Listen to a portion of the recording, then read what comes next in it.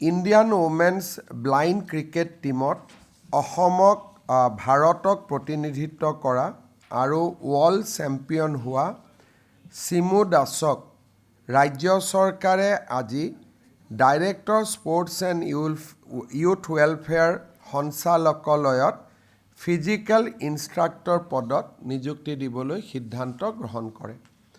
আপোনালোকক আমি চিমু দাসৰ বিষয়ে ইতিমধ্যে চৰ্চা কৰিছোঁ। তেওঁ ইণ্ডিয়ান ওমেন্স ব্লাইণ্ড ক্ৰিকেট টীমত তেওঁ পাৰ্টিচিপেট কৰিছিল as a member of Indian team আৰু এইবাৰ T20 ব্লাইণ্ড ক্ৰিকেট ৱৰ্ল্ড কাপত এই টীমটো বিজয়ী হৈছিল আৰু এই বিজয়ী দলটোৰ সদস্যা হোৱা বাবে শ্ৰীমতী চিমু দাসক ৰাজ্য চৰকাৰে ফিজিকেল ইনষ্ট্ৰাক্টৰ পদত নিযুক্তি দিবলৈ সিদ্ধান্ত গ্ৰহণ কৰিছে।